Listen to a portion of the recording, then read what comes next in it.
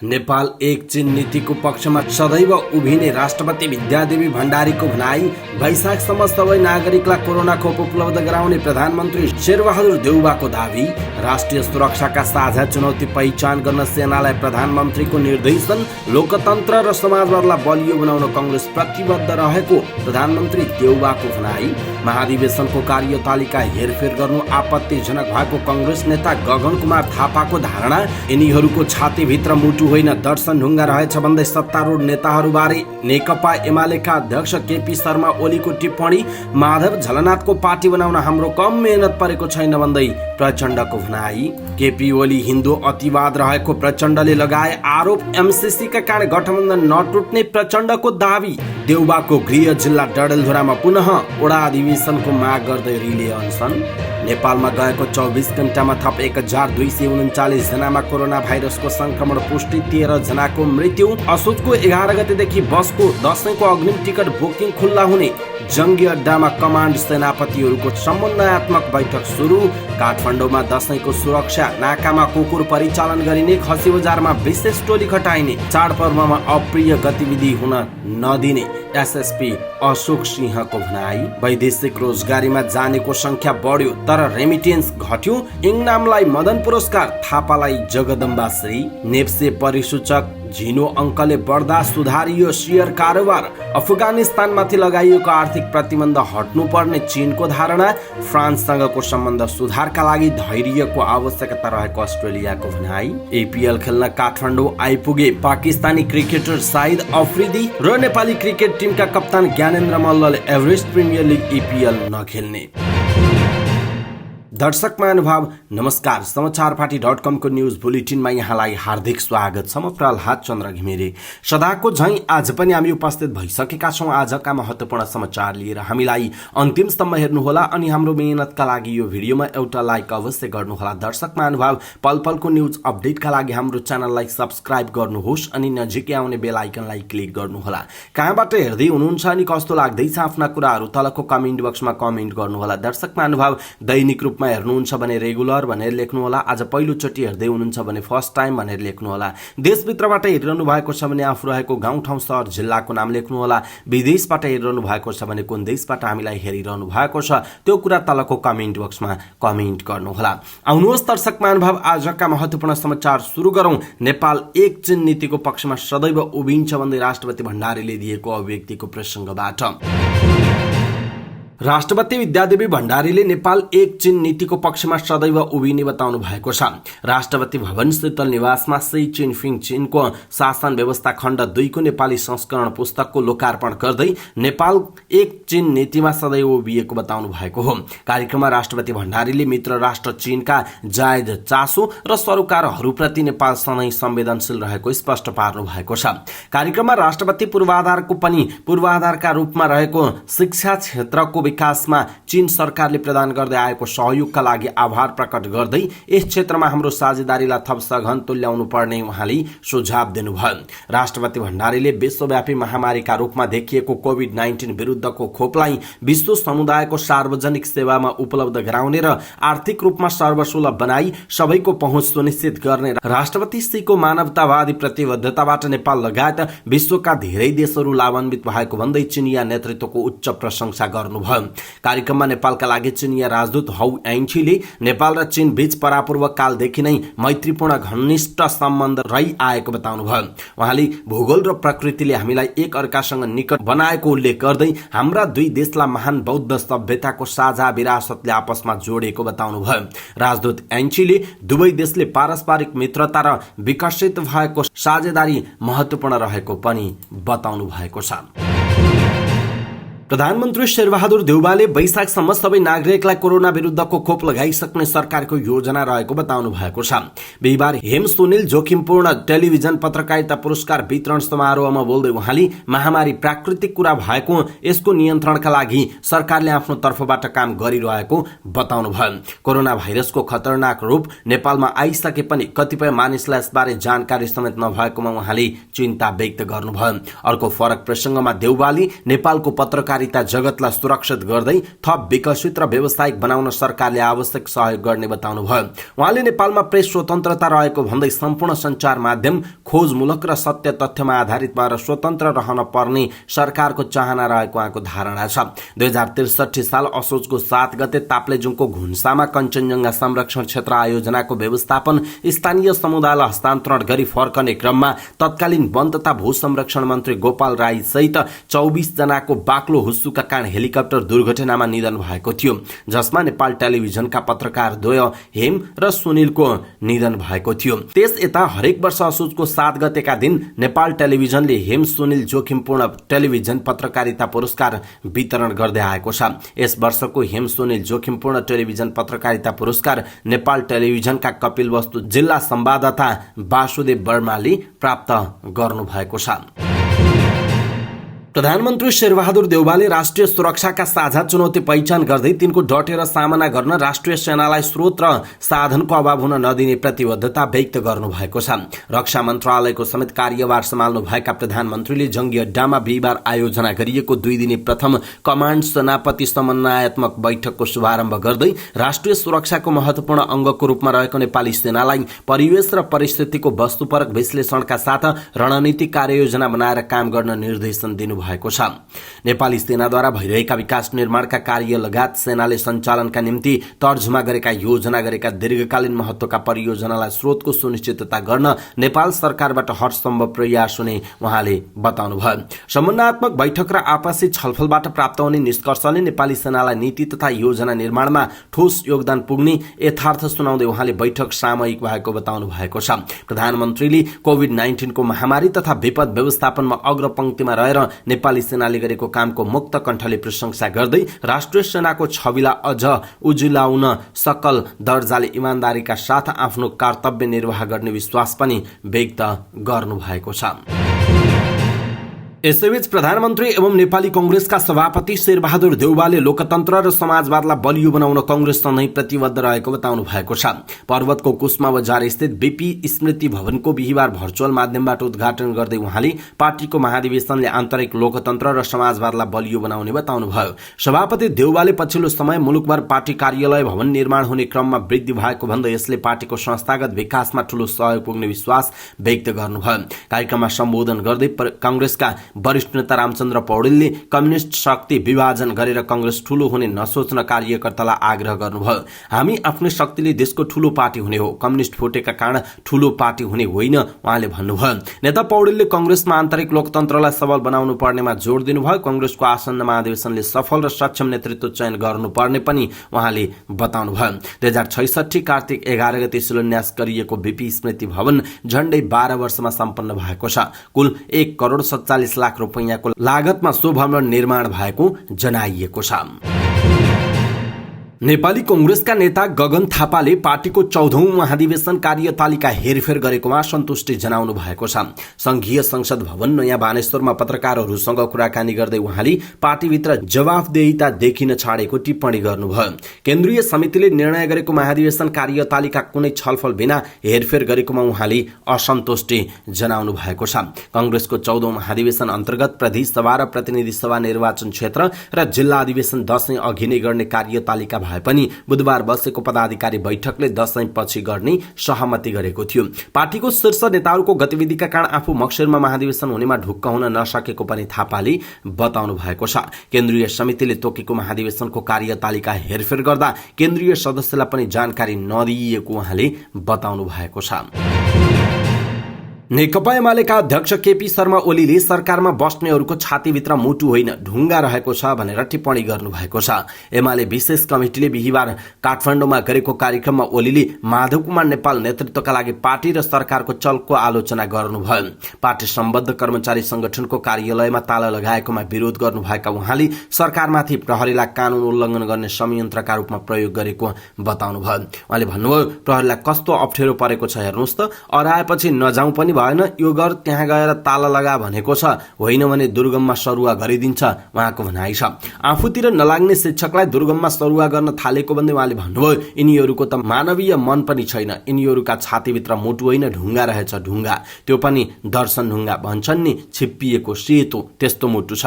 अध्यक्ष ओलीले सरकारलाई सिस्नुसँग पनि तुलना गर्नुभयो। सुकुम्बासीहरूलाई जग्गा दिन आफ्नो सरकारले बनाएको आयोग खारेज गरेको, छिमेकी देशहरूसँग सम्बन्ध बिगारेको भन्दै उहाँले भन्नुभयो, कस्तो सरकार आयो आयो, सिस्नु जस्तो, जता छोयो त्यतै पोल्छ, अर्को चुनावमा तातो पानी लगाएर ठिक पार्नुपर्छ उहाँको भनाइरहेको छ।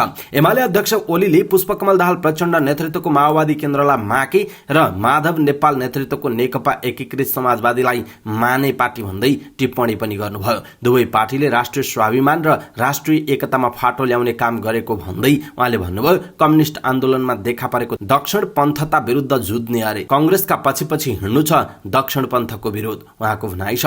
माधव नेपालको पार्टी पदाधिकारी पार्टी भएको भन्दै उहाँले अघि भन्नुभयो, पदाधिकारी अल्ली ठाउँ भरिएको छैन क्यारे, कोही बिकाउको माल छ कि यो पद दिन्छु भनेर तान्न सकिन्छ कि भनेर खोज्दै हुनुहुन्छ, तर त्यो पूरा भएको छैन उहाँको भनाइ छ। सम्बोधनका क्रममा ओलीले आफ्नो सरकारले नियुक्त गरेका राजदूतहरूलाई फिर्ता बोलाउने सरकारको निर्णयप्रति पनि असन्तुष्टि जनाउनु भएको छ। नेकपा माओवादी केन्द्रका अध्यक्ष पुष्पकमल दाहाल प्रचण्डले नेकपा एकीकृत समाजवादी गठनमा आफूहरूको पनि मेहनत परेको बताउनु भएको छ। बिहिबार काभ्रेमा आयोजित कार्यक्रममा उहाँले पार्टीसँग सहकार्य बढाउन कार्यकर्तालाई निर्देशन दिनुभयो। माधवजी झलनाथजीको अर्को पार्टी बनेको छ, त्यो पार्टी बनाउनमा हाम्रो कम मेहनत छैन, उहाँले भन्नुभयो, तपाईहरू पनि ती साथीहरूसँग सहज ढंगले सहकार्य बढाउनुहोला। प्रचण्डले विगतमा माधव नेपाल समूहमा रहेका र हाल नयाँ पार्टी गठनमा साथ नदिएका नेताहरू घनश्याम भुषाल, योगेश भट्टराई लगायतका नेताहरू पनि एमालेमा धेरै नटिक्ने दावी गर्नुभयो। बडो दया लाग्छ ती साथीहरूलाई देख्दा, ढिलो छिटो त्यहाँबाट निस्कन्छन्, त्यहाँ बस्ने ठाउँ छैन उहाँले भन्नुभयो। प्रचण्डले बाबुराम भट्टराई, मोहन वैद्य, विप्लव र मोहन विक्रम सिंहको पार्टीसँग सहकार्य गर्न पनि काभ्रेका नेता कार्यकर्तालाई आग्रह गर्नुभयो। किरणजी, विप्लवजी, मोहन विक्रम सिंह, बाबुरामजीको पार्टीसँग हार्दिकतापूर्वक अन्तर्क्रिया बढाएर लैजानुहोला, हामीले केन्द्रमा बढाइरहेका छौं उहाँले भन्नुभएको छ। दर्शक महानुभाव, यसप्रति तपाईको धारणा के छ? आफ्नो धारणा तलको कमेन्ट बक्समा कमेन्ट गर्नुहोला। नेकपा माओवादी केन्द्रका अध्यक्ष पुष्पकमल दाहाल प्रचण्डले नेकपा एमालेका अध्यक्ष केपी शर्मा ओली सामन्ती हिन्दू अतिवादी भएको आरोप लगाउनु भएको छ। बिहिबार काभ्रेको पाँचखालमा आयोजित वाइसिएलको कार्यक्रममा उहाँले ओली मार्क्सवादी नभएको जिकिर गर्नुभयो। ओली प्रवृत्तिबारे आफूले तत्कालीन नेकपामा 19 पृष्ठ लामो राजनैतिक प्रतिवेदन पेश गरेको भन्दै प्रचण्डले भन्नुभयो, ओली प्रवृत्ति विचारको हिसाबले कम्युनिस्ट होइन, मार्क्सवादी होइन, यो सामन्ती हिन्दू अतिवादी हो। पशुपतिनाथमा जलहरी चढाएको त सुन्नुभयो होला, मेरो निर्वाचन क्षेत्रमा रामसीता हनुमान राखिदिएको छ, कम्युनिस्टले यस्तो काम गर्छ त? उहाँको प्रश्न छ। ओलीले महान नेता हुने अवसर गुमाएको पनि प्रचण्डले बताउनुभयो। केपी जति बुद्धि नभएको नेता कोही पनि छैन, यति ठूलो अवसर उनलाई थियो, चुप लागेर एकताको बेलामा भएको समझदारी पालना गरेको भए केपी ओली नेपालको इतिहासमा महान नेता हुने अवसर थियो उहाँले भन्नुभयो। नेकपा एमाले र नेकपा माओवादी केन्द्र बीच एकता हुँदा अध्यक्ष र प्रधानमन्त्री पद ओली र आफू बीच आधा आधा समय बाँड्ने सहमति भएको पनि प्रचण्डले बताउनु भएको छ। यसैबीच अध्यक्ष प्रचण्डले एमसीसी सम्झौताका कारण सत्तारूढ गठबन्धन नटुट्ने पनि बताउनुभयो।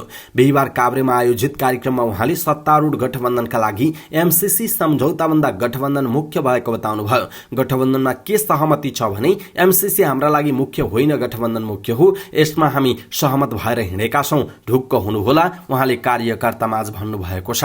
हाल सत्तारूढ गठबन्धनमा नेपाली कांग्रेस, नेकपा माओवादी केन्द्र, नेकपा एकीकृत समाजवादी, जनता समाजवादी पार्टी र राष्ट्रिय जनमोर्चा रहेका छन्। तर यो गठबन्धनमा नेपाली कांग्रेस एमसीसी सम्झौता पारित गर्नुपर्ने पक्षमा छ भने अरू दलहरू अहिलेकै अवस्थामा पारित गर्न नहुने पक्षमा छन्। बिहिबारको कार्यक्रममा प्रचण्डले एमसीसीलाई अगाडि ल्याएर गठबन्धन टुटाउने षड्यन्त्र भएको बताउनुभयो। एमसीसी ल्याएर दिमाग खराब गरिदिने, गठबन्धन टुटाइदिने सपना देखेका छन्। एमसीसी भएपछि शेरबहादुर र प्रचण्ड झगडा गर्छन् भन्ने छ उहाँले भन्नुभयो। आफूहरू एमसीसी परिमार्जन र संशोधन गर्नुपर्छ भन्ने पक्षमा रहेको पनि प्रचण्डले बताउनु भएको छ।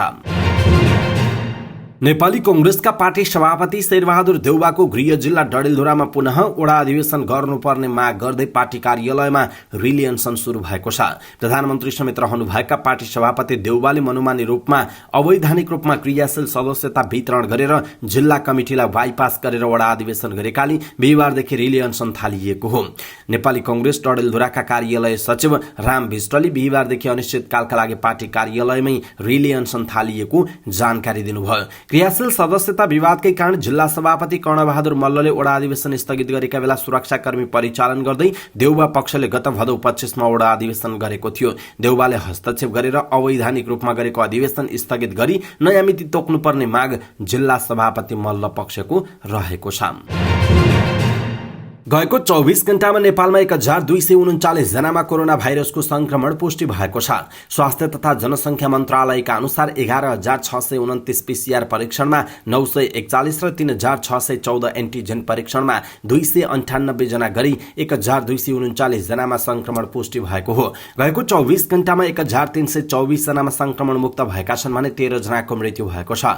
हाल देशभर कोरोना भाइरसका सक्रिय संक्रमितको संख्या 20743 रहेको छ, जसमध्ये 19437 जना होम आइसोलेसनमा र 1306 जना संस्थागत आइसोलेसनमा छन्। संस्थागत आइसोलेसनमा रहेका मध्ये 340 जना आइसियुमा उपचाररत रहेका छन्। गएको 24 घण्टामा काठमाडौँमा 245, ललितपुरमा 107, झापामा 86, मोरङमा 56, भक्तपुरमा 52 र कास्कीमा 47 जना संक्रमित भेटिएको जनाइएको छ।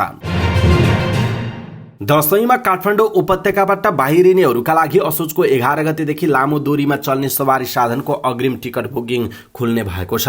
यातायात व्यवस्था विभागले बिहिबार यातायात व्यवसायी, उपभोक्ता अधिकार कर्मी र ट्राफिक प्रहरीसँगको छलफलपछि असोजको 11 गतेदेखि लामो दूरीमा चल्ने सवारी साधनको अग्रिम टिकट बुकिङ खुलाउने निर्णय गरेको हो। यसअघि वर्षाका कारण सड़कमा धेरै क्षति पुगेको र सवारी साधन सञ्चालन गर्न समस्या रहेको बताउँदै यातायात व्यवसायीले सड़क मर्मत गरेर मात्र दशैं को अग्रिम टिकट खोल्नुपर्ने बताउँदै आएका थिए। शुक्रबार सड़क मर्मत सम्भारको विषयमा प्रधानमन्त्री तथा मन्त्री परिषदको कार्यालयका सचिव शिशिर कुमार ढुङ्गानासँगको छलफलपछि उचित निर्णय लिने सहमति भएपछि अग्रिम टिकट बुकिङ खोल्न तयार भएको नेपाल यातायात व्यवसाय राष्ट्रिय महासंघका महासचिव सरोज सिटौलाले जानकारी दिनुभएको छ। नेपाली सेनाका कमाण्ड सेनापतिहरूको समन्वयात्मक बैठक बिहिबारबाट जंगी अड्डामा शुरू भएको छ। नेपाली सेना नदीको आधारमा छुट्याइएको कमाण्ड संरचनामा गएपछि पहिलो पटक कमाण्ड प्रमुखहरूको समन्वयात्मक बैठक बसेको हो। यसअघि प्रीतनापतिहरूको सम्मेलन हुने गरेको थियो। नयाँ संरचनामा सेनाको प्रीतनाहरू खारेज भएका छन्। पहिलो बैठकको उद्घाटन प्रधानमन्त्री एवं रक्षा मन्त्री शेरबहादुर देउवाले गर्नुभयो। बैठकमा सम्बोधन गर्दै देउवाले नेपाली सेनाको रणनीति तहमा सञ्चालन हुने यस किसिमको छलफलले अन्तर्राष्ट्रिय, क्षेत्रीय र राष्ट्रिय सुरक्षा वातावरणको विश्लेषण गर्दै सम्बन्धित विषयहरूमा साझा धारणा निर्माण गर्न सहयोग पुग्ने विश्वास व्यक्त गर्नुभयो। साथै चुनौती सामना गर्न समय सान्दर्भिक प्रतिकारात्मक उपायको विकास गर्न पनि बैठकले भूमिका खेल्नुपर्ने उहाँको भनाइ छ। प्रधान सेनापति प्रभुराम शर्माले नेपाली सेना जस्तो सुकै परिस्थितिमा संविधान प्रदत्त जिम्मेवारी निर्वाह गर्न तयार रहेको बताउनुभयो। बैठकमा सेनाका महानिर्देशनालय, निर्देशनालय, कार्यालय र विभागका प्रमुखहरू पनि आफ्नो जिम्मेवारी क्षेत्रका परिस्थितिबारे विश्लेषण सुनाउनेछन्। बैठक शुक्रबार सकिने जनाइएको छ। महानगरीय प्रहरी परिसर काठमाडौँले दशैं, तिहार र छठलाई लक्षित गरेर विशेष सुरक्षा योजना लागू गरेको छ।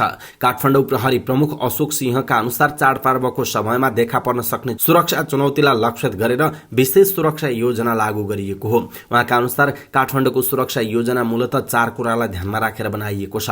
पहिलो, राजधानीको सुरक्षा व्यवस्था त्रुटिरहित, भरपर्दो र विश्वसनीय बनाएर जनजीवन सामान्य बनाउने र दोस्रो, देश विदेशबाट घर फर्किएर राजधानी हुँदै गन्तव्यमा जाने यात्रुलाई पूर्ण सुरक्षाको प्रत्याभूति दिलाउन हाम्रो उद्देश्य छ, सिंहले भन्नुभएको छ। तेस्रो र चौथो कुरालाई कुनै पनि किसिमको असामाजिक, अप्रिय र अपराधिक घटना हुन नदिन छुट्टा छुट्टै रणनीति बनाएर प्रहरी परिचालन गरेका छौं, उहाँको भनाइरहेको छ। उहाँका अनुसार यो सुरक्षा योजना 1 असोजदेखि कार्यान्वयनमा ल्याउन सुरु गरिसकिएको छ। योजना अनुसार 3302 जना जनशक्ति काठमाडौँमा परिचालन हुने बताइएको छ।